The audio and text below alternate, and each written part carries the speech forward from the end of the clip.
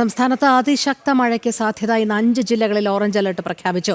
ഇടുക്കി, എറണാകുളം, തൃശൂർ, പാലക്കാട്, മലപ്പുറം ജില്ലകളിലാണ് orange alert പ്രഖ്യാപിച്ചത്. 9 ജില്ലകളിൽ യെല്ലോ അലർട്ടും പ്രഖ്യാപിച്ചു. നാളെ 3 ജില്ലകളിൽ റെഡ് അലർട്ട് പ്രഖ്യാപിച്ചിട്ടുണ്ട്. ശ്രീനന്ദ SP ചേരുന്നു വിവരങ്ങളുമായി. ശ്രീനന്ദ, അതിതീവ്ര മഴ മുന്നറിയിപ്പ് തന്നെയാണ് സംസ്ഥാനത്ത് അടുത്ത മണിക്കൂറുകളിൽ വരുന്നത്. എങ്ങനെയാണ് അലർട്ടുകൾ? രോഹിണി, വരും ദിവസങ്ങളിൽ അതിശക്തമായ മഴയായിരിക്കും സംസ്ഥാനത്തുടനീളം ഉണ്ടാവുക എന്നൊരു മുന്നറിയിപ്പാണ് കാലാവസ്ഥാ കേന്ദ്രം നൽകുന്നത്.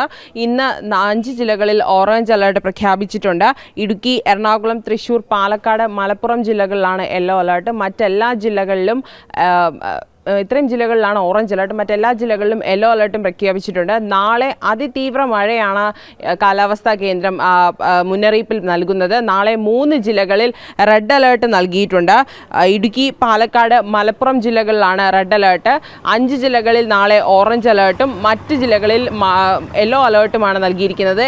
ഇനി ഞായറാഴ്ച വരെ അതിശക്തമായ മഴ തന്നെയായിരിക്കും സംസ്ഥാനത്തുടനീളം തുടർന്നുകൊണ്ടു പോവുക എന്നൊരു മുന്നറിയിപ്പ് കൂടി കാലാവസ്ഥാ വകുപ്പ് നൽകുന്നുണ്ട്. മത്സ്യബന്ധനത്തിന് വിലക്കുകൾ ഏർപ്പെടുത്തിയിട്ടുണ്ട്. അതുപോലെ തന്നെ തീവ്ര ന്യൂനമർദ്ദം അറബിക്കടലിലുണ്ട്. അത് തീവ്ര ന്യൂനമർദ്ദമായി മാറാനുള്ളൊരു മുന്നറിയിപ്പ് കൂടി കാലാവസ്ഥാ വകുപ്പ് നൽകുന്നു.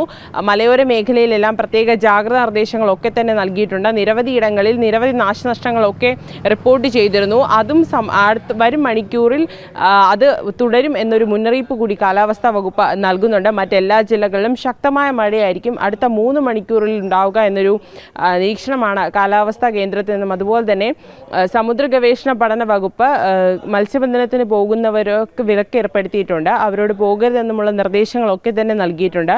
എന്തായാലും ഇനി വരും ദിവസങ്ങളിലെല്ലാം തുലാപ്പെയ്ത്ത് അതികഠിനമായി തന്നെ കേരളത്തിലുടനീളമുള്ള എല്ലാ ജില്ലകളിലും ഉണ്ടാകുമെന്നൊരു മുന്നറിയിപ്പാണ് കാലാവസ്ഥാ വകുപ്പിൽ നിന്നും നമുക്ക് ഈ മണിക്കൂറിൽ നൽകാൻ കഴിയുന്നത്.